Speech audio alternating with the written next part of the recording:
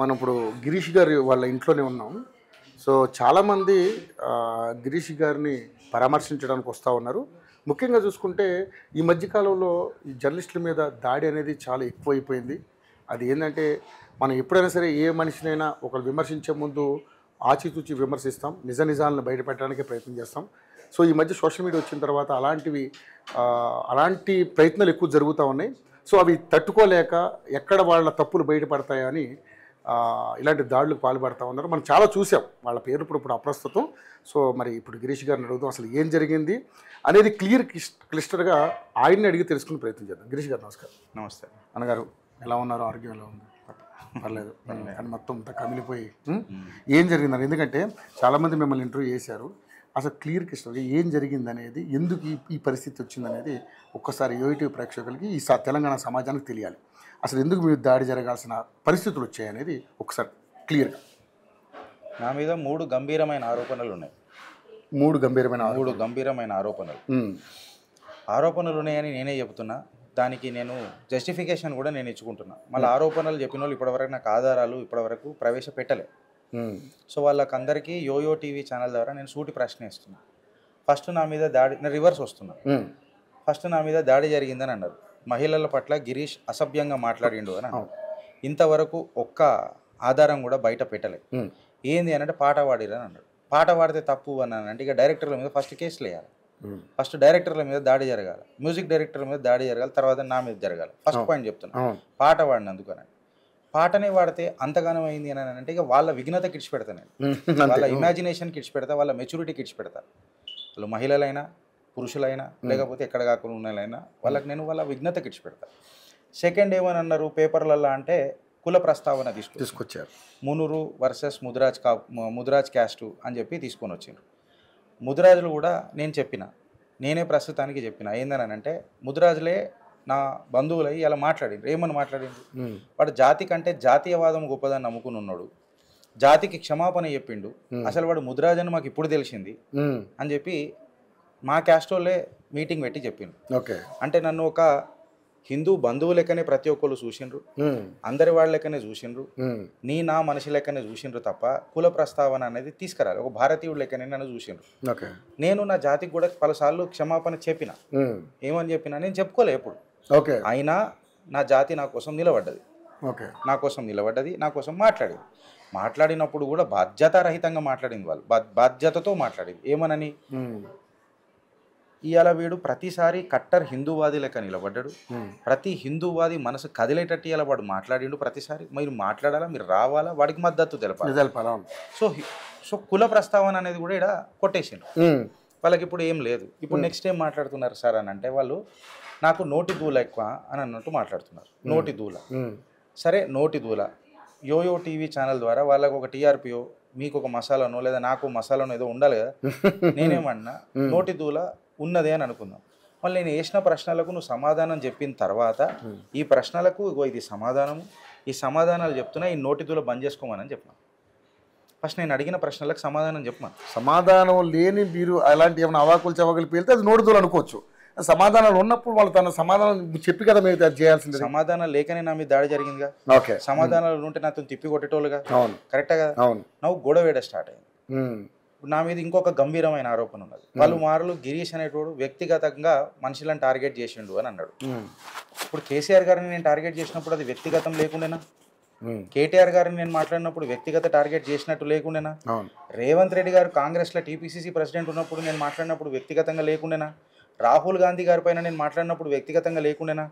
కేవలం ఒక సమస్య మీద మాట్లాడితే ఆ సమస్యలో ఒక వ్యక్తి ఉంటే ఆ వ్యక్తి సమాధానం చెప్పలేక వ్యక్తిగతం అని అంటే దానికి గిరీష్ బాధ్యతుడా లేకపోతే సమాధానం లేని ఆయన సమస్య బాధ్యతనా అన్నది ఇవాళ ఎవరు డిసైడ్ చేయాలి బ్రదర్?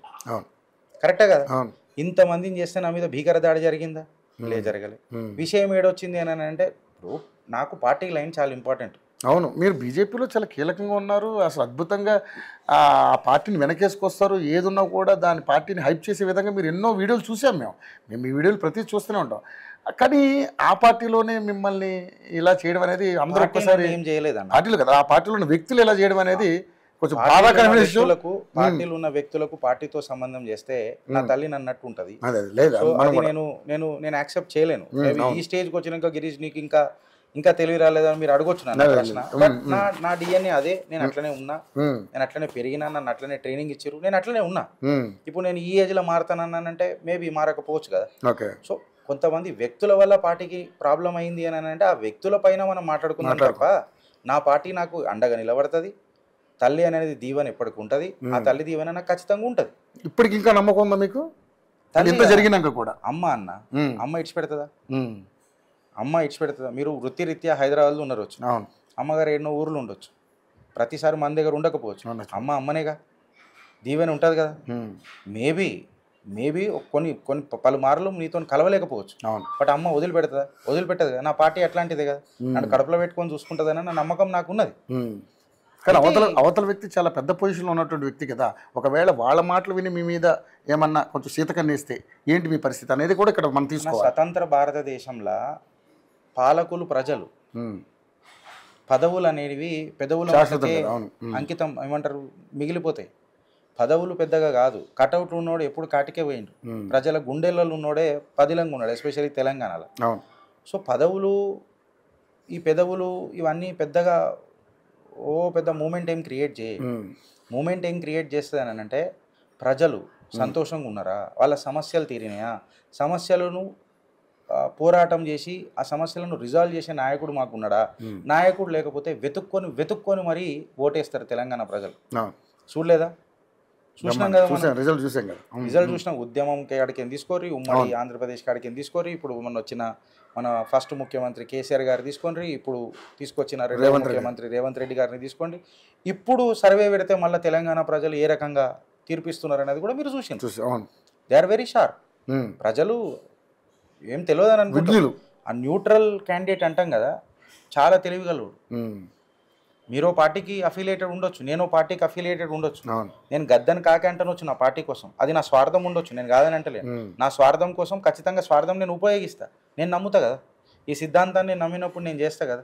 ఇప్పుడు మీరు ఇక్కడికి రావాలని అనుకున్నారు, ఇంట్లో ఏదో నిజాయితీగా అనిపించిందని మీరు నన్ను ఇంటర్వ్యూ చేయడానికి వచ్చిండ్రు. మీరు అంత దూరం వచ్చిర్రు కదా బ్రదర్, అంత ట్రాఫిక్ అదంతా చేసుకుంటూ మీరు వచ్చిండ్రు కదా, కరెక్టే కదా. అది మీ స్వార్థం. నేను కూడా నిజాలు బయటకు చెప్తున్నారు కదా, నేను అయినంత మటుకు మొత్తం చూడను రా, నేను మంచోని అయితేనే చెప్పురా అని కూడా నేను చెప్పిన. ఇది నా స్వార్థం. బికాస్ నేను ఇవాళ ప్రూవ్ చేసుకోవాలి, నా క్యారెక్టర్ అసాసినేట్ చేసిన ప్రయత్నం చేసిన, నేను ఎస్టాబ్లిష్ చేసుకోవాలి. ఇది నా స్వార్థం. మిమ్మల్ని మీరు ప్రూవ్ చేసుకోవాలి. ఇప్పుడు ఆ పరిస్థితి వచ్చింది ఇప్పుడు. కరెక్ట్. అట్లనే ఓటర్లలో కూడా న్యూట్రల్ క్యాండిడేట్ ఉంటాడు, వాడు అబ్జర్వ్ చేస్తుంటాడు. వాడికి కావాల్సింది అభివృద్ధి. వాడి ఇటు మతం ఉండదు, వాడికి కులం ఉండదు, వాడికి జాతి ఉండదు, వాడికి జాతీయవాదం ఉంటుంది. ఆ జాతీయవాదం అనేటోడు న్యూట్రల్ ఉంటాడు. పేరుకి ఏదైనా అఫిలియేట్ అవుతాడు, వాడు డిసైడ్ చేస్తాడు ఈ ఓటునంతా. సో వాడికి మనం ఏదైనా చూపెట్టాలి కదా. సమస్యల పట్లనే చూపిస్తే వర్కౌట్ కాదు కదా. ఇది తప్పు కదా అని వాడే ప్రశ్నిస్తాడు. వాడు ప్రశ్నించే లోపల మనం చెప్పాలి కదా ఇది తప్పే. నా సొంత తండ్రి అయినా ఇది తప్పే, నేను అదే ప్రశ్నించిన. అన్న ఇది తప్పు, వేరోడు అన్న. ఇప్పుడు సింపుల్, మనము నలుగురు అన్నదమ్ములం ఉన్నామని అనుకుందాం, ఇష్యూ అయింది ఇంట్లో. నలుగురు అన్నదమ్ముల ఖతం చేసేద్దామా, లేకపోతే బయటోడు వచ్చి కిరికిరి చేసేదాకా చూద్దామా? ఎందుకు బయటోడితే ఎందుకు? పంచాయతీ మన పంచాయతీ మన నాకు అన్న అనుకుందామన్నా. మీరు ఏదో తప్పు చేసిరు, ఓ నలుగురు మిమ్మల్ని చూస్తారు బయటకి అని. అరే ఏం బ్రదర్ నువ్వు ఏం చేసినావా, నాకు ఇట్లా చేసేసినావు, బయట వాళ్ళు ఏమనుకుంటారు అని అన్నాను అనుకో. బయటోడు వాళ్ళ ఇంట్లో చాలా తెలివివంతులు రా, వాడే బుద్ధి పెట్టిండ్రు, కిరికిరి అయిపోయింది, ఖతం అయిపోయింది అని మన ఇంటి గుట్టు రట్టు కాకుండా గట్టిగా చేసుకోవాలి. నీ దగ్గర గట్టి ఆధారాలు ఉంటే నువ్వు బచ్చగాడివి గిరీష్, నీకు తెలియదు, నువ్వు ఊకో అని చెప్పి నన్ను చెప్పాలి. అది లేకపోయా ఇది లేకపోయా. కార్యకర్తలు ఎవరు కన్ఫ్యూజ్ అవుతారంటే కార్యకర్తలుగా, నేను కార్యకర్తల గలమై మాట్లాడుతున్నాను, కార్యకర్తలకు బలమై మాట్లాడుతున్నాను. ఆ బలగానికి నేతృత్వం వహిస్తున్నాను అంటే నేను నేతృత్వం వహిస్తలేను, కార్యకర్తలలో ఒక కార్యకర్తని మాట్లాడుతున్నాను. నేను చేసింది కదే కదా. మీకు సమాధానం లేక నువ్వు నా మీద దాడి చేపిస్తుంది, నీకేం మిగిలియాలి? ఎంబారెస్మెంట్ తప్ప నీకేమైనా మిగిలిందా? ఎంబారెస్మెంట్ తప్ప నీకేమైనా మిగిలిందా? ఆమె కనిపిస్తుంది తప్ప నువ్వు చేసిన పని నీకు కనిపిస్తుంది అయ్యాల. కరెక్ట్గా ఏం సాధించినవు పోని? ఏం సాధించినవు నువ్వు పోని? కరెక్టే కదా. నేను సాధించుకున్నా, నా నిజాయితీ ఇంకా రెట్టింపు చేసుకున్నా, కట్టుబడే ఉన్నా కదా. ఆనాటికి ఈనాటి దాకా కట్టుబడే ఉన్నా కదా, నేను డీవియేట్ కాలే కదా. మీరు ఆరోపణలు చేసారు, ఆరోపణలు చూపెట్టలే, కుల కుల కుల కులంలో ఒక లొల్లి తీసుకొచ్చారు, మళ్ళీ ఉపసంహరించుకున్నారు. ఇప్పుడు నోటి దూల అని అంటున్నారు. ఏ నోటి దూలరా నాయన? నా ప్రశ్నలకు సమాధానం చెప్పు. నేను లైవ్ చలో యోయో టీవీకి ఛాలెంజ్ చేస్తున్నాను, మీరు లైవ్ పెట్టు, నేను వస్తా. అక్కడ సైడ్ 10 మంది ఉన్నా నేను గిరీష్ ఒక్కడినే వస్తా. ప్రతి ప్రశ్నలకు నేను సమాధానం చెప్తా. 11 చెప్పులు దండలు పట్టుకొని వచ్చారు కదా మా అంటే ఇంకో 2 జతలు ఎక్కువైతే వచ్చి కదా. I'm ready for the consequences. Let us discuss. కరెక్టే కదా? మీరు మీ శైలిలోనే మాట్లాడుతున్నారు. మీరు మూర్ఖత్వంగా ఒక మొరటోన్ లెక్క నా ఇంటి మీద దాడి చేసిరు. ఇంటికాడ గ్యాంగ్స్టర్లు దాడి చేసుకోరు, అది లైన్ ఉంటుంది అండర్ వరల్డ్లో కూడా. గరిపేనే కరనేక నువ్వు ఇంటికాడికి వచ్చినావు. నువ్వు మనిషివా, మూర్ఖుడువా, లేకపోతే అసలు నువ్వు ఏం ఆలోచిస్తున్నావు? అంటే మీ ఇంటి ముందు దాడి జరగక ముందు మీకు వార్నింగ్ లాంటి ఏమైనా వచ్చినాయి? ఆఫీస్ దగ్గర 2 దాడులు జరిగినాయి కదా. అక్కడ 2 సార్లు దగ్గర 10, 12, 13 లక్షల దాడి జరిగింది. ఆఫీస్ ఎక్విప్మెంట్ ఎత్తుకపోయినరు. మళ్ళీ 2వ సారి దాడి జరిగింది. నేను పోలీస్ స్టేషన్లో ఉండగా నా సిపిఓ ఎత్తుకపోయినరు. అదే రోజు రాత్రి భీకరమైన దాడి జరిగింది. దానికంటే ముందు మాకు ఒక టిప్ ఏమొచ్చిందని అంటే నెక్స్ట్ డే ఒక 200 మంది మా మీద అటాక్ చేస్తున్నారని వచ్చింది. అన్న నేను ఒకటే క్వశ్చన్ అడుగుతున్నా, నేనేమన్నా పోగొట్టుకున్నానా లేదా వాళ్ళు ఏం సాధించిండ్రు అని మిమ్మల్ని అడుగుతున్నా. ఎందుకంటే గిరీష్ గారు కోన్ కిస్కా గొట్టం యూట్యూబర్ అనుకుందాం. గిరీష్ గారు కోన్ కిస్కా గొట్టం యూట్యూబర్. కోన్ కిస్కా గొట్టాన్ని అన్న నేను, నా మీద 200 మంది రెక్కి చేస్తున్నారు. నా ఇంటి మీద కనీసం 80 మంది వచ్చి నా మీద భీకర దాడి, నా కుటుంబాన్ని చేసి నన్ను మానసికంగా దాడి చేయాలని చేస్తున్నారంటే గిరీష్ దాంట్లో నిజాయితీ కనబడ్డదా? గిరీష్ దాంట్లో మీకేమన్నా అబద్ధాలు కనబడ్డాయి? మీరు చేసిన ఏదైతే ఆరోపణలు ఉన్నాయో, ఆరోపణలు కాదు, మీరు ఏదైతే ప్రశ్నించారో అందులో నిజాయితీ ఉందని ప్రూవ్ అయింది. ఇప్పుడు నేను ప్రశ్నించే గలాన్ని కాదన్న, నేను పరిష్కారం చూపించే ఆత్మ కావాలని అంట. అందరు ప్రశ్నించే గొంతులైతే పరిష్కారం మీరు ప్రశ్నించబట్టే, నేను ప్రశ్నించబట్టే, వాళ్ళు ప్రశ్నించబట్టే పరిష్కారం ఎవరు చూపిస్తాడు? ప్రశ్నించే గొంతు అనేది ఒక ట్రెండ్ అయిపోయింది, ఫ్యాషన్ అయిపోయింది. అది కాదు కదా. Public will look at solution. ఇప్పుడు ఇంట్లో పిల్లలు ఉంటారన్న, ఇది నాకు వస్తలేదు అని అంటారు. మనం ఏదో ఇట్లా చిన్నగా చేసి ట్రిక్ చేస్తాం, ఏముంది నాన్న నీ ఐడియా అని అంటారు. They get fascinated, they get excited. ఇది ఎందుకు అవుతుంది? They believe in our ideas. కరెక్టే కదా? సొల్యూషన్ ఎత్తుకుతున్నారు పిల్లలు. అంటే నేను పిల్లలని ప్రజలను పోలుస్తలేను, ఎగ్జాంపుల్ చెప్తాను. ప్రజలు కూడా సొల్యూషన్ వెతుకుతారు రాజకీయాలలో. ఇది ప్రాబ్లం కనిపించింది, దీని సొల్యూషన్ ఏంది? నేను అట్లనే తిప్పినా, నువ్వు అట్లనే తిప్పినావు. నెత్తికి కొట్టుకొని ఏ రాయి అయితే అన్నది రాజకీయాలు ఎన్ని రోజులు నడుపుదాం? ఆ రాయి నెత్తికి దెబ్బ తాకుతుంది, పాలరాయి నెత్తికి దెబ్బ తాకుతుంది. ఈ నెత్తికి కొట్టుకొని ఏ రాయి అని చెప్పి కొట్టుకుంటామా ఏంది? కరెక్టే కదా? నేను ఇదే ప్రశ్నిస్తున్నా కదా ప్రతిసారి. These are the problems, where is the solution? కానీ మీరు ప్రశ్నించిన మీరైతే వాళ్ళు మార్చుకో అని చెప్పిన అంశాలు ఏవైతే ఉన్నాయో, ఆ అంశాలని వాళ్ళు మార్చుకోకుండా మేమే దాడి చేశారంటే అందులో ఏదో లొసుగులు ఉన్నట్టు అర్థమైపోతుంది క్లియర్గా. సో మరి ఏంటంటే అంత బలమైన అంశాలు ఏంటి? నేను అదే అంటున్నాను, మార్చుకో అని మీరు కూడా విన్నారు కాబట్టి అడుగుతారు, ఏం మార్చుకోవాలి?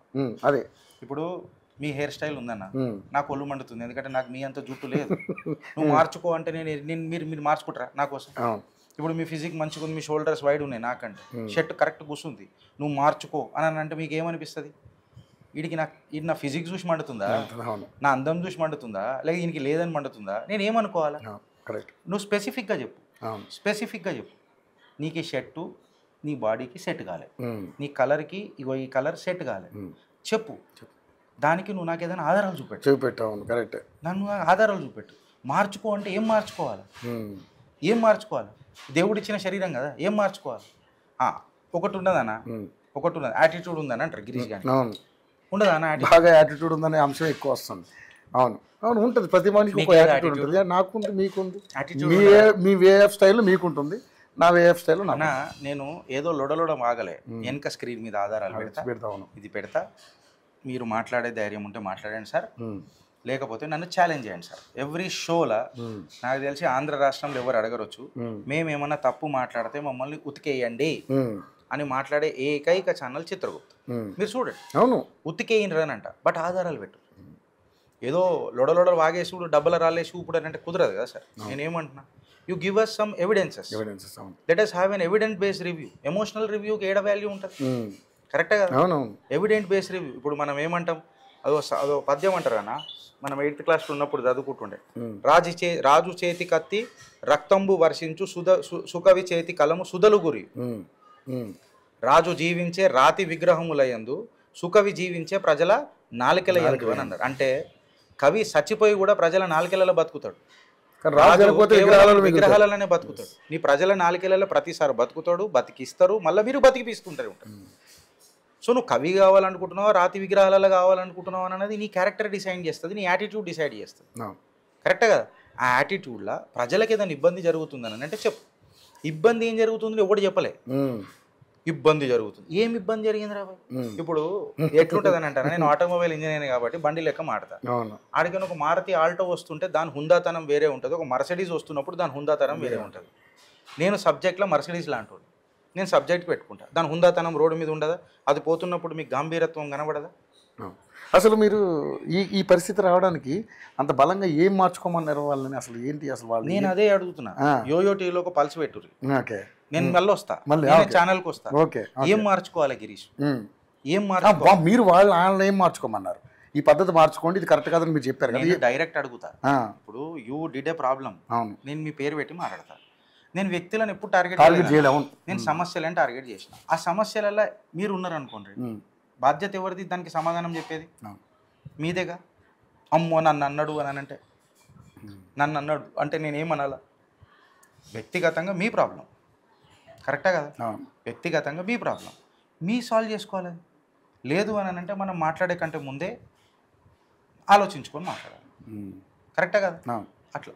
సో మన నిజంగానే ఎంతమంది దాదాపుగా మీ మీద అంటే ఎలిగేషను మిమ్మల్ని ఏదో ఒకటి హింసించాలి కాబట్టే మీ మీద లేడీస్ని అసభ్యకరంగా మీరు మాట్లాడని ఒక ఉద్దేశంతో దాంతో వచ్చి కొట్టారు. డోర్లు కూడా పగలు కొట్టారని కూడా విన్నాం. 3 దర్వాజాలు దాదాపుగా చాలా. ఎంతమంది వచ్చారన్న ఆ రోజు? ఇక్కడనే లేడీస్ 30 మంది దాకా ఉండే, జెంట్స్ మళ్ళీ వచ్చిండ్రు. అది ఓ టాక్టికల్ వార్ఫేర్, గొరిల్లా వార్ అంటారు కదా. ముంగట ఆడోళ్ళని పెట్టి వెనకకని పంచులు కుదుడు. ముంగట మనం ఏమైనా చేద్దామన్నా మహిళలను మళ్ళీ ఏదైనా అసభ్యంగా చేయకముందే నా దర్వాజాలు వలగొట్టి లోపలికి వచ్చి గిరీష్ గారు అసాల్ట్ చేసిండని చెప్పి చెప్తారు. కొత్త డోర్ పెట్టించారు. ఇది కొత్త డోర్. ఓకే, డోర్లు బదలగొట్టే అంత ఇదిగా చేశారనమాట. సో నిజంగానే మరి ఆ రోజు అంటే మామూలుగా నేను రేవంత్ రెడ్డి గారు లాగులలో తొండలు వదులుతామని చెప్పేసి మాట్లాడారు. ఆ అంశాలు ఆయన కేవలం మాట్లాడికి అన్నారు, ఏదో ఆయన పంచనుకోవచ్చు. మిమ్మల్ని దారుణంగా హింసించారు అనేది నేను విన్నాను. అసలు ఏ రకంగా హింసించారు అనేది నా షో ద్వారా నేను రేవంత్ రెడ్డిని అడిగినా. రేవంత్ రెడ్డి గారిని అడిగిన, ఆయన నాకు నచ్చినా నచ్చకపోయినా, నా ఐడియాలజీకి సెట్ కానీ కాకపోయినా నా ముఖ్యమంత్రి, constitutional, I need to respect that and I will respect, because నేను చెప్తున్నా కదా, రాజ్యాంగానికి కట్టుబడి ఉండే మనిషిని. నా కుటుంబాన్ని దగ్గరకు వస్తే నేను లాగులు ఉడదిస్తాను అన్నాడు. మళ్ళీ నా కుటుంబాన్ని దగ్గరికి కూడా వచ్చిండు. అది మీకు తెలిసి జరిగిందా, తెలియక జరిగిందా? లేదా హోమ్ మినిస్ట్రీ మీ చేతిలోనే ఉన్నది, మీ ప్రోద్బలంతో జరిగిందా, మీ కాగ్నిజెన్స్లో లేకుండా జరిగిందా? దానికి బాధ్యత ఎవరు వహించాలా? ముఖ్యమంత్రి లెక్క మీరే వహించాలి, కరెక్టా కదా? దానికి నేను రెస్పాన్సిబులా? కాదుగా. 45 నిమిషాలు పోలీసు రాలేదంటే దానికి బాధ్యత హోమ్. మీరు కంప్లైంట్ చేసినా 45 నిమిషాలు కూడా పోలీసులు రెస్పాండ్ కాదు. 100కి రాలే 100కి రాలే. తర్వాత అర్ధగంట తర్వాత 40 మినిట్స్ తర్వాత వాళ్ళు వచ్చిండ్రు, ఇద్దరే వచ్చిండ్రు. ఓ డీజే సపోర్ట్ వస్తుంది అని అంటే 6 మంది వస్తారు. ఇక్కడ మహిళలు దాడి చేస్తున్నారండి అదని అంటే పోలీసు వాళ్ళు లాఠీ తిప్పుడు మొదలెడితే ఎవరైనా ఉంటారండి? దురదృష్టం ఏంటంటే పోలీసు వాళ్ళ మీద కూడా దాడి చేసారు. వాళ్ళు పోలీసు వాళ్ళు కూడా తీవ్ర గాయాలైంది. 2 పోలీసు వాళ్ళకు, అందులో ఒక పోలీసు ఆయనకు కాలుకి బాగా తీవ్ర గాయాలైంది. Who will be held responsible? అట్లా ఇప్పుడు ఎట్లా అంటారంటే ప్రతి ఒక్కరు మాట మాట్లాడతారు. గిరీష్ నువ్వు ట్రిగ్గర్ పాయింట్ మాట్లాడుతున్నావు, ట్రిగ్గర్ పాయింట్ ఉంటేనే కదా మాట్లాడతారు. ట్రిగ్గర్ పాయింట్ కాన్ఫిడెంట్ లేకపోతే మీరు కూడా మాట్లాడరు కదా. ట్రిగ్గర్ పాయింట్ ఉంటేనే కదా మనం మాట్లాడతాం, కరెక్టా కదా? ఇప్పుడు ఎట్లుంటుంది అంటే ఆ సబ్జెక్ట్ మీద కూడా గ్రిప్ ఉండాలి మాట్లాడేటప్పుడు. చికెన్ బిర్యానీ ఉంటుందన్నా, ముద్దపప్పు ఉంటుందన్నా. హెల్త్కి ముద్దపప్పు చాలా మంచిది ఉండొచ్చు, బట్ ఎంతమంది తింటారు ముద్దపప్పు? Chicken biryani will be the hot favourite, కరెక్టా కదా? I'm spicy biryani, spicy biryani అంత ఏనికే చేసిన, బట్ బిర్యానీలో మసాలా లేకపోయినా, బిర్యానీలో ఉప్పు కారం కరెక్ట్ లేకపోయినా, బిర్యానీలో ఆ చికెన్ ముక్క కరెక్ట్ లేకపోయినా, బిర్యానీలో రైస్ కరెక్ట్గా లేకపోయినా, రైస్ క్వాలిటీ లేకపోయినా తింటారు ఎవరైనా? తింటారు ఎవరైనా? సబ్జెక్టు ఉంటేనే కదా ఏదైనా నడుస్తుంది. సర్కాజం ఎంతసేపు నడుస్తుంది అన్న? ఓకే, సబ్జెక్ట్ ఉంటేనే కదా ఏదైనా నడిచేది. నువ్వు పేపర్లో పోయి మంచి హ్యాండ్ రైటింగ్ రాసినావు అంటే మార్కులు పడతాయా? అలా మన సబ్జెక్ట్ రాస్తూ వస్తాయి. నాకు మార్కులు పడ్డాయి కదా, కరెక్టే. నువ్వు అభిమానిస్తావచ్చు, నేను కాదని అంటలేను. ఆ నాయకుడిని నేను కూడా అభిమానిస్తాను వచ్చు, నేను కాదని అంటలేను. బట్ అభిమానంలో ప్రేమ ఎందుకు తక్కువైంది అన్నది ఎవరు ఇంట్రోస్పెక్ట్ చేసుకోవాలి? కార్యకర్తనా నాయకుడా అన్నది నా ప్రశ్న. అంతే, అది నాయకుడు కదా. కార్యకర్తలతో నాయకుడు, నాయకుడు నాయకులతో కార్యకర్త కాదు కదా ఏ పార్టీకైనా. కరెక్టా కదా? కార్యకర్తలతోనే నాయకుడు, కార్యకర్తలతోనే నాయకుడు. నేను అదే అన్న. సో కార్యకర్త ఎందుకు ఆ ప్రేమ ఎందుకు పోతున్నది అన్నది నాయకుడు చూసుకోవాలి. కానీ మీరు అందరూ ఒకటే పార్టీలో ఉన్నారు, మీ మీద ఇలాంటి దాడి జరగడానికి అంటే మీరు సరే మీరు ఇది మార్చుకోండి రా బాబు, ఇది మార్చుకోకపోతే మీకే ప్రమాదం చెప్పినందుకు ఇవన్నీ జరిగినాయి అంటున్నారు. కానీ నిజంగానే మరి దీని వెనకాల అంటే పేర్లు చెప్పే అవకాశం ఉందో లేదో నాకు తెలియదు, కానీ మీరు చెప్తానికి ఇష్టపడతారో నాకు తెలియదు, కానీ ఎవరు చేయించారనుకుంటున్నారు పూర్తి దీని మీద? ఎఫ్ఐఆర్లలో పేరు రాసిన, ఎఫ్ఐఆర్లలో నేను క్లియర్ కట్గా రాసిన బండి సంజయ్ గారు అనుచరులు ఉన్నారని చెప్పి నేను చెప్పిన, రాశారు. అవును, క్లియర్ కట్గా చెప్పిన. Now it is up to the investigation to deal with. Okay, clear అన్ని ఫోటోలు అన్నీ ఆయనకే కనెక్ట్ అవుతున్నాయి. మీ అనుచరులు చేసిరా, మళ్ళీ ఏం చేసిరు, మీ టీం చేసిందా, ఏం చేసిరా నేను కనుక్కోమని చెప్పిన. ఎఫ్ఐఆర్లలో పేరు డైరెక్ట్ రాసిన, పబ్లిక్ డొమైన్లో ఉంది. అవును, నేను ఇప్పుడు చెప్పకపోయినా తీసుకొని చెప్పిండు అని చెప్పి చెప్పొచ్చు కదా, నేను చెప్తున్నా కదా ఈ విషయం మీకు. ఓకే, సో అంత బలంగా మిమ్మల్ని హింసించారంటే వాళ్ళు ఎంతో గట్స్ పెట్టుకున్నారనేది మీ అభిప్రాయమా? గట్స్ ఏమంటాం సార్, నష అంతే. ఏం తాగొచ్చిర్రు, నష అట్లా ఏం పంపు చేసి వచ్చిర్రు. ఒకటేమో ద్వేషం ఉంటుంది, ఒకటేమో నిజంగానే మనం తప్పు చేసి ఉంటాం, ఇంకొకటి ప్రేరేపితం ఉంటుంది. ఓకే, అది ఎవరు డిసైడ్ చేయాలి? పోలీస్ డిసైడ్ చేయాలి. పోలీస్ డిసైడ్ చేయాలి. సో నువ్వు మ్యాటర్ నేను ఇప్పుడు ఇన్వెస్టిగేషన్ టీమ్కి మనం ఇచ్చినాం కాబట్టి, ఎఫ్ఐఆర్ కాపీలు రిజిస్టర్ అయినాయి కాబట్టి పోలీసులు డిసైడ్ చేయాలన్నది అది త్వరలో డిసైడ్. ఇప్పుడు మాదాపూర్లోనే జరిగింది. అదే రోజు మీరు కూసబెట్టి ఒక్కొక్కడిని వేసి రాసి రంపాన పెట్టిన ఉంటే మేబీ నా ఇంటి మీద దాడి జరగకపోతుండే, నాకు ఈ మానసిక ఒత్తిడి ఉండకపోతుండే, మీకు కూడా పోలీసులకు బద్నాం కాకపోతుండే, ప్రభుత్వం బద్నాం కాకపోతుండే. కరెక్టా కదా? చిన్నగా ఉన్నప్పుడే నలిచేస్తే ఏమైంది? అది నలవలే కాబట్టి ఇన్ని ఆలోచనలు వస్తున్నాయి. సో ఏంటి మరి పెద్దోళ్ళ నుంచి ఏమైనా మద్దతు వచ్చిందా అంటే బీజేపీ నాయకుల నుంచి? ఎందుకంటే మీరు కూడా బీజేపీ పార్టీలో కీలకంగా ఉన్నారు, ఆ పార్టీ నుంచే మీరు ఏదైతే సమస్య ఉందో ప్రభుత్వం ఎటువంటి ఇబ్బందులు పడుతున్నప్పుడు కూడా ఆ ప్రభుత్వంలో ఉన్నటువంటి లొసుగులు కూడా మీరు చాలా క్లారిటీ చెప్తా ఉన్నారు. సంఘీభావం తెలుపుతారన్న, అట్లేం లేదు.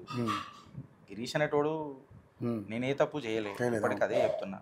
తెచ్చినుంటే ఫస్ట్ మీరు నాకు అక్కడ చూపించి గిరీష్ నువ్వు ఇది చెప్పినావు, ఇప్పుడు ఇది మాట్లాడు అని చెప్పి నన్ను నిలదీస్తుండే, అవునా కదా? లేకపోతే ఇప్పుడు ఆల్రెడీ మీ షోలో ఒక షో నడుస్తుండే, ఏ గిరీష్ నిన్ను సవాల్ చేస్తున్నా, you are a fake YouTuber. కొన్ని శాటిలైట్ ఛానళ్ళు నడిపినాయి. I'm still questioning them, they have to answer my questions. నువ్వు ఏం చూసి నడిపినావు? Fake YouTuber on what basis? నేనే బిరుదించుకుంటా, నువ్వు చూపెట్టు. కరెక్టే కదా? నువ్వు పెయిడ్ ఆర్టిస్ట్వి, నువ్వు యూట్యూబర్లను అంటున్నావు, కానీ యూట్యూబర్ లేకపోతే ఇలా నిజాలు రాకపోతుండే బయటికి. క్రిటిసిజం షార్ప్ ఉంటుంది, కమ్యూనికేషన్ షార్ప్ ఉంటుంది. ముందు లీవ్ లెటర్ రాయాలని అంటే to the principal so and so school respected sir ఇంత పెద్దగా రాస్తుండే. ఇప్పుడు స్కూల్కి ఆఫీస్కి రాలేవు అనుకున్నా రాస్తారా, టు ది మేనేజర్ అని రాస్తారా, sir suffering from ill health, I may not be available to the office, WhatsApp, communication has changed. So I am requesting the authorities also, ఏమని చెప్తున్నా అంటే కమ్యూనికేషన్ మారినప్పుడు షార్ప్ ఉంటుంది కమ్యూనికేషన్. ప్రజలు కూడా షార్ప్ ఎక్స్పెక్ట్ చేస్తారు. ముందు టెస్ట్ మ్యాచ్ చూస్తుండే, ఇప్పుడు 20 ఓవర్ల మ్యాచ్ కూడా ఎక్కువ అనిపిస్తలేదా? ఐపీఎల్ అబ్బా 20 ఓవర్లు ఎందుకురా, 10 ఓవర్లు ఉంటే మంచిగా ఉంటుంది అని అనిపిస్తుంది. ముందు మనం పెద్ద పెద్ద రీళ్ళు చూస్తుండే, ఇంటర్వ్యూలు పెద్ద పెద్దవి ఉంటుండే, ప్రైమ్ మినిస్టర్లు మాట్లాడుతున్నారంటే మనం అందరం దూరదర్శన్ పెట్టుకొని చూస్తుండే. ఇప్పుడు ఎవరైనా చూస్తున్నారా? ఓన్లీ రీల్స్ 30 సెకండ్స్లో పంచాయతీ కథం కావాలా, లేకపోతే ఓడింటర్రా సోది. మళ్ళీ కమ్యూనికేషన్ ఇంత షార్ప్ ఉన్నప్పుడు మన కమ్యూనికేషన్ ఎంత షార్ప్ ఉండాలా? ఆ షార్ప్ నాకు కుచ్చుకుంటుంది అని అంటే దానికి బాధ్యుడు ఎవడు? కాలమా మనమా? ఈ క్వశ్చన్ నేను వేస్తా. ఈ కాలంలో మనం ఉండాలనంటే కమ్యూనికేషన్ క్రిస్ప్ ఉండాలి కదా అన్న, క్రిస్ప్ ఉండాలి కదా కమ్యూనికేషన్. ఏడికైనా ఉంటుంది మళ్ళీ నేను సోది కొట్టుకుంటూ కూర్చోండి. ఓకే, సో మొత్తానికి అయితే ఇప్పుడు పోలీస్ ఎంక్వైరీ నడుస్తూ ఉంది. సో నిన్న వచ్చారు పోలీసు వాళ్ళు ఎవిడెన్స్ కలెక్ట్ చేసుకొని. ఇంటికి వచ్చారా? నిన్న వచ్చారు 2 రోజుల తర్వాత. అది కూడా ఎవిడెన్స్ తీసుకోవాలి, ఉల్టా ఫోటోలు మమ్మల్ని పెట్టమన్నారు. అలా తీసుకోవాలి కదా, అది తీసుకోవాలి. వీడియోలో చూశాను, బాగా కొట్టారు, దానికి వాతలకి చూశాను నేను. బట్ నేనే కొంచెం ఇబ్బంది పడ్డాను, బాగా అన్న మనకు తెలిసిన ఇట్లా అయిందని. సో అంటే ఇలా దాడి జరుగుతున్నాయని ఇలా ఏమనిపిస్తుంది మీకు అసలు? అంటే ఇదే కాదు, మీ మీద చాలా జరిగినాయి ఇంతకుముందు, ఏమనిపిస్తుంది అసలు? నా మీద జరిగిన దాడులని మానసిక దాడులన్నా, భౌతిక దాడులు పెద్ద పట్టించుకునేటట్టు ఉండదు, బయట జరుగుతాయి. అవును, మానసిక దాడులు. ఇంతకు కూడా మహిళల్ని పెట్టడం అనేది చాలా మానసిక. ఇంతకు ముందు కూడా నా మీద ఫేస్బుక్ హ్యాక్ చేసిరు, నాది 1,20,000 మంది ఫాలోవర్లు నాకు. అది హ్యాక్ చేస్తే అందులో నా భార్య పిల్లలు ఉన్నారు, నా చిన్న పిల్లలు ఉన్నారు, నా వదినలు ఉన్నారు, నా అన్నదమ్ములు ఉన్నారు, నా అక్కజల్లెలు ఉన్నారు. అందులో పోనోగ్రఫిక్ కంటెంట్ పెట్టిండ్రు హ్యాక్ చేసి. అంటే ఎంత మానసిక ఒత్తిడికి నేను గురై ఉంటా. అందులో వస్తే పోనోగ్రఫిక్ అల్ట్రా గలీజ్గా వల్గర్ కంటెంట్, అట్లా 4-5 వారాలు నడిపిర్రు ఆ కంటెంట్. అప్పుడు నేను పార్టీ లైన్ డిసిప్లిన్ దాటలేగా, అప్పుడు నేను మంచిగానే ఉన్నాగా. నాకు అప్పుడు ఎవరైనా మద్దతు తెలిపిరా మళ్ళీ అట్లా అంటే? మద్దతు ఏం తెలిపలేగా. నా పోరాటం నేను కొట్లాడుకున్నా కదా. ఆ మానసిక దాడి పోయిన తర్వాత ఇగో ఇప్పుడు గిరీష్ అనేటోడి మీద ఏం కేసులు లేవన్నా. మచ్చలేని మహారాజు గిరీష్ అనేటోడు వాట్ తీయరు కదా బ్రదర్, తీయరు కదా. ఉంటే చెప్పురు కదా. చెప్పిన కదా 10 దండలు వేసిర్రు చెప్పులై, ఇంకో 2 జతలు ఆడైతాయి కదా. ఏం పోయింది పీకనికి? ఇంకా దీనికంటే ఇంకెక్కువ ఏం చేస్తావు నన్ను? కరెక్టే కదా. దీనికంటే ఇంకెక్కువ ఏం చేస్తావు? చూపెట్టు కదా. చూపి చెప్పి చేయి కదా. నాకు కూడా ఆనందంగా ఉంటుంది కదా. అరే నేను ఈ తప్పు చేశాను, మనకు క్లారిటీ ఉంటుంది కదా. అప్పుడు మార్చుకుంటాను యాటిట్యూడ్. లేకపోతే నా యాటిట్యూడ్ కరెక్టే అనిపిస్తుంది కదా నాకు కూడా. ఇప్పుడు తిన్న తర్వాత నువ్వు నాకే చూస్తావు ఉప్పు ఎక్కువైందా పప్పు ఎక్కువైందా. ఏం లేకపోతే నువ్వు వడ్డిచ్చేస్తావు కదా, వడనల్లలో పెట్టావు కదా. నువ్వు చూపెచ్చు కదా నాకు రుచి చూపెట్టు కదా. అది రంగు ఉందా, రుచి ఉందా, చిక్కదనం ఉందా, 3 రోజుల ఛాయ చూద్దాం కదా. ఏం లేకుండా చూసుకొచ్చి నువ్వు బంతి చామంతి అని అంటే ఎట్లా? నేను కదా అడుగుతున్నా. సో మరి ఏంటి మరి ప్రస్తుతానికి మరి పార్టీ లైన్ అందులోనే ఉన్నారు. పార్టీ లైన్ అయితే మీరు కూడా నేను పార్టీ ఎప్పుడు విడిచిపెట్టినా? విడిచిపెట్టరు, అర్థమైంది నాకు. బట్ అంటే ఏంటంటే దీనివల్ల ఏమన్నా మీరు మనస్తాపానికి చెంది అలాంటి ఏమన్నా ఆలోచనలు ఉన్నారా అని అయితే రకరకాలు వస్తూ ఉన్నాయి. దీనివల్ల పార్టీ కూడా కొంత అప్రతిష్ట వచ్చింది, అది వాళ్ళు చేయబట్టే వచ్చింది అనేది కూడా కొంత బయట బాగా ఇదవుతుంది. అది మీకు కూడా తెలిసి ఉంటుంది.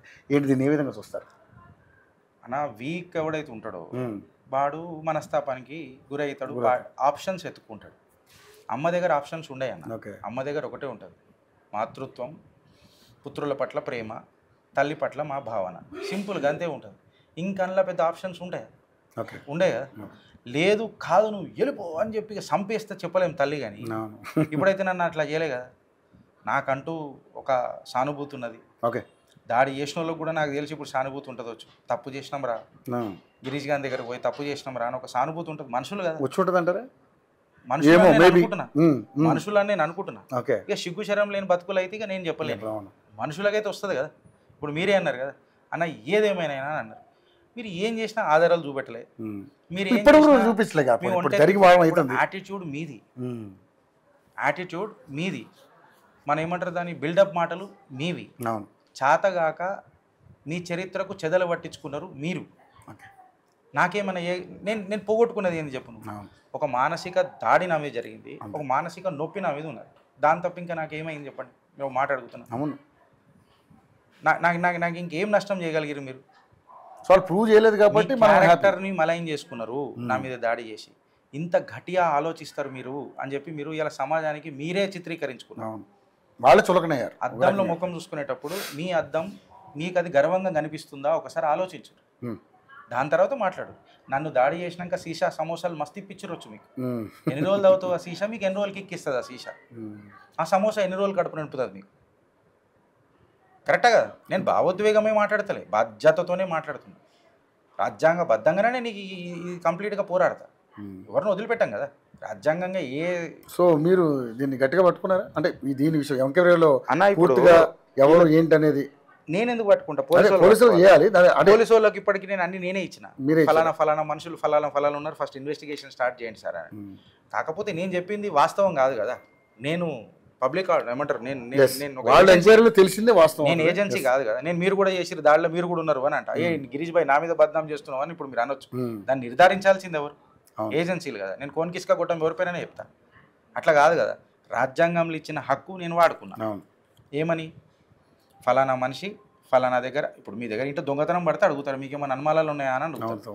నాకు ఫలానా మనిషి మీద అనుమానం ఉందని అన్నట్టు వాడే చేసిండని అన్నది రూల్ ఉండదు కదా.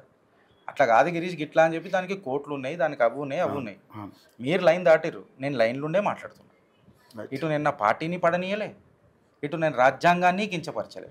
మీరు రెండుని భ్రష్టు పట్టించారు. ఫస్ట్ దానికి ఆన్సర్ చేయరు.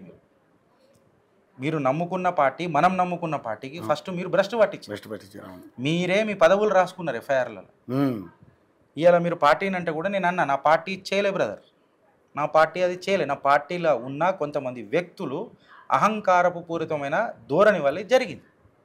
నా పార్టీ నేను ఇప్పుడు కూడా అంటలే. కరెక్టే కదా. పార్టీని రోడ్డుకిడిచింది ఎవరు? గిరీష్ గాని యాటిట్యూడ్ మారాలా? ఏం మారాలా అడుగుతున్నా. నోటి దూల, ఏ దూల? నేను వేస్తున్న ప్రశ్నలకు మీ దుమ్ము దులుపుతుంటే ఆ దుమ్ము దులుపుకోలేక మీరు మాట్లాడుతున్న మాట దూలనా? మీకు దమ్ము లేని మాట మీ దూలనా? నువ్వు ప్రశ్నలకు సమాధానం చెప్పు, ఆ తర్వాత మాట్లాడు. ముఖ్యంగా ఇప్పుడు ఏ వ్యక్తి అయితే దాడి చేయించారని మీరు అనుకుంటున్నారో మరి ఆ వ్యక్తిని రేపొద్దున అధ్యక్షుడిగా పెట్టాలని కొంతమంది రకరకాలుగా అనుకుంటున్నారు.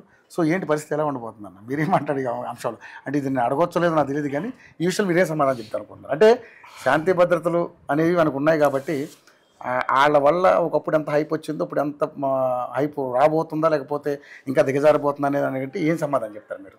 అది నా చేతిలో పని అయితే కాదు. నేనైతే అధ్యక్ష మీ అభిప్రాయం అడుగుతున్నా. నా అభిప్రాయం ఏమి లేదు. నా కార్యాచరణ నేను మాట్లాడతా కదా, అప్పుడు నా కార్యాచరణ నేను మాట్లాడతా కదా. ఇప్పటిదాకా నేను ఒక ఫైటర్ని. అవును, I will still fight. I will be continue to fight. Okay. అమ్మతో విభేదాలు ఎందుకు అంట, వ్యక్తితో విభేదాలు ఎందుకు అంట, సమస్యతో విభేదాలు ఖచ్చితంగా ఉంటాయి. సమస్యల పైన విమర్శలు కూడా ఖచ్చితంగా ఉంటాయి. అది మీకు యాటిట్యూడ్ అంటే అది మీ మూర్ఖత్వం. అది నేను మీ విఘ్నతకి ఇడిచిపెడతాను. సమస్యను అడగడంలా మీరు ఒక రకంగా అడుగుతారు, నేను ఒక రకంగా అడుగుతాను. మీరు సౌమ్యంగా అడుగుతారు, నేను అగ్రెసివ్గా అడుగుతాను, ఆయన అసర్టివ్గా అడుగుతారు. అట్లా అని చెప్పి మళ్ళీ 140 కోట్ల జనాభా ఎందుకు పీకనికినా? అందరూ ఒక లెక్క ఉడితే అయిపోతుంది కదా. కరెక్టే కదా, కరెక్టే కదా. ఇప్పుడు ఒక ఛాయ్ అడ్వర్టైజ్మెంట్ చేస్తేనే రంగు రుచి చిక్కదనం అని చెప్తున్నారు. ఈ ఛాయ్ ఒక సిప్పు చేస్తేనే రంగు రుచి చిక్కదనం అంటే మనుషులలో రవరసాలు ఉండే మస్తు ఉండే యాటిట్యూడ్ ఉండదా? ఒక్కొక్క రకం ఒక డైలాగ్ డెలివరీ ఉండదా? అది నీకు యాటిట్యూడ్ అనిపిస్తే ప్రాబ్లం నీ లోపల ఉంది. That is you are unable to face my questions. thereby you are getting some a factor of jealousy or to that matter a factor of irritation. Critics తీసుకునే కెపాసిటీలో నువ్వు లేవు. రైట్. క్రిటిక్స్ తీసుకునే కెపాసిటీలో నువ్వు లేకపోతే పబ్లిక్ ఆర్డర్లో ఎట్లుంటావు? అది కూడా నేనేమన్నా అబ్సెనిటీ చేసినానా, నేనేమన్నా మాట్లాడినా, public disorder section 19 of class 2 నేనేమన్నా ఉల్లంఘించినానా, నా ఫ్రీడమ్ ఆఫ్ స్పీచ్ని ఏమన్నా వ్యతిరేకించి మాట్లాడినానా? No no. నేను ఇలా నీకు రామా అన్న నీకు బూతులేకి వినిపిస్తుంది అంటే ప్రాబ్లం నీ లోపల ఉంది, నా లోపల ఎందుకున్నది? కానీ అన్న మీరు ఈ పోరాటం అంటే పార్టీ లైన్లోనే ఉంటూ ఎవరు తప్పు చేసినా మీ పార్టీలో తప్పు ఉన్నా కూడా మీరు లైన్లోనే ఉన్నారు. అదే అందుకని లైన్లో ఉంటూ మీ పోరాటం ఇలా కొనసాగిస్తారు. నాది పోరాటం కూడా ఏం లేదు, ఇది నా ఇంటి సమస్య. అదే వాళ్ళు దాన్ని బహిర్గతం చేశారు. అవును, నేను అన్ని ఛానళ్ళకి చెప్పిందే మీకు చెప్తున్నా. గోడకు మచ్చ పడ్డది, సున్నం వేసుకుంటావా కాల పెట్టుకుంటావా? సున్నం వేసుకుని పెయింట్ వేసుకుందాం, మార్చుకుంటాం అంతే. ఇల్లు కాల పెట్టుకుందాం అని అంటే నీకు బ్లాక్ కలర్ ఇష్టం అని చెప్పి మాడ పెట్టుకుంటావా? ఇల్లంతా కాదు కదా. మసి పెట్టుకుంటావా? కాదు కదా. నేను అదే అడుగుతాను. రైట్. దాని తప్ప ఇంకేముంటుంది ఇక? లేదు నేను తరుణంలో కాల పెట్టుకుందాం తర్వాత నేను కొత్తది కట్టుకుంటా అంటే అది మీ మూర్ఖత్వం అంతే.